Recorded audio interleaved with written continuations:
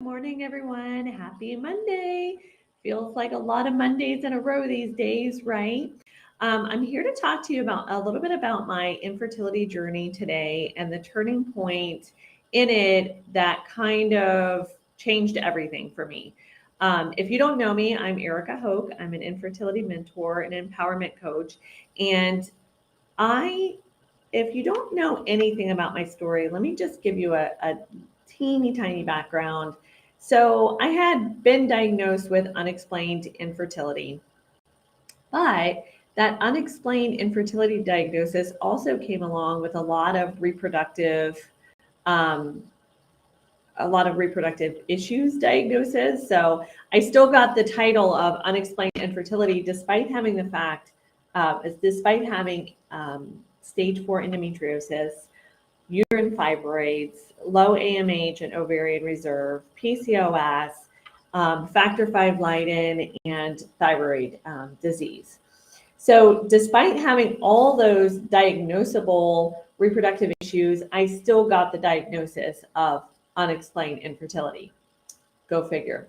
So we knew, my husband and I knew going into trying to have a baby that we were probably up against some issues. But in the back of my mind, in the back of his mind, we were going to pursue it to whatever degree we had to, and that meant reproductive medicine. So we wanted to, sorry, oh goodness, okay.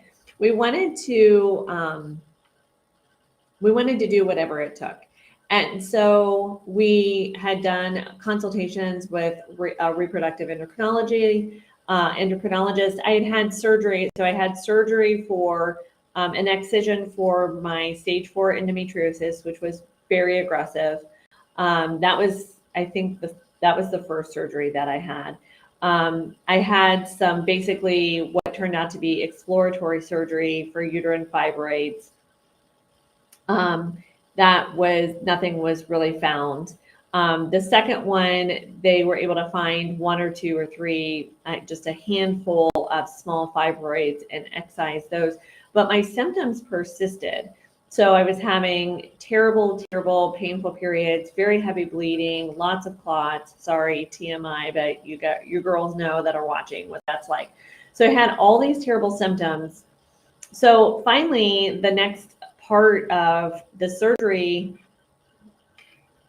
the next step in the surgery process was a saline infused surgery where they fill your uterus with saline so that the fibroids don't retract back into the muscle of the uterine wall.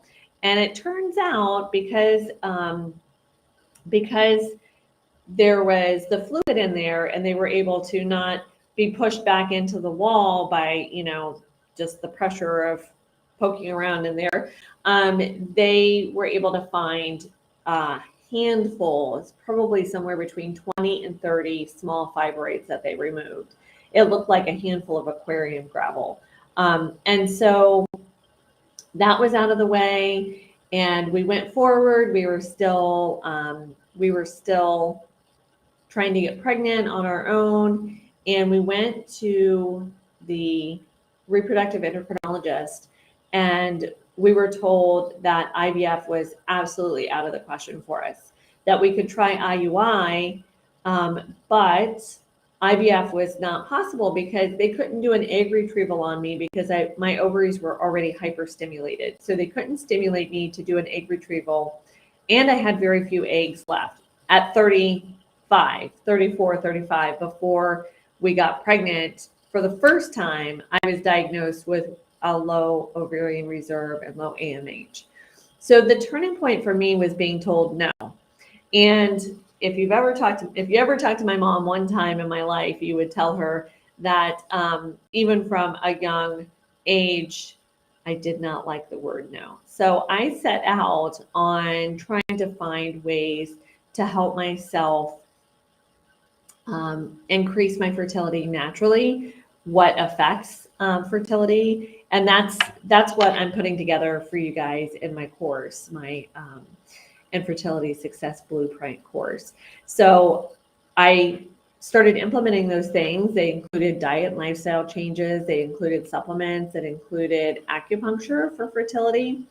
And so, but that was the turning point, is once I knew that there was no one able to help me but me, I had to do it. I had to figure it out on my own. I had to work through some emotional stuff too. Emotional baggage can affect your fertility. It's been, clearly documented as well. So once I had that definitive no, that Western medicine, that reproductive medicine was not going to able to help me, then we moved forward with a plan of our own that ended up being very successful in our goals, at least. So I have 4 healthy boys, in case you don't know. So I'm going to see you here Wednesday. I'm going to give you part 2.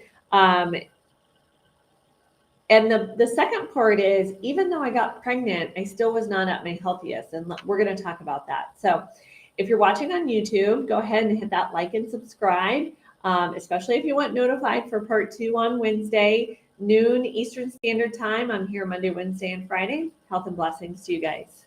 Bye-bye.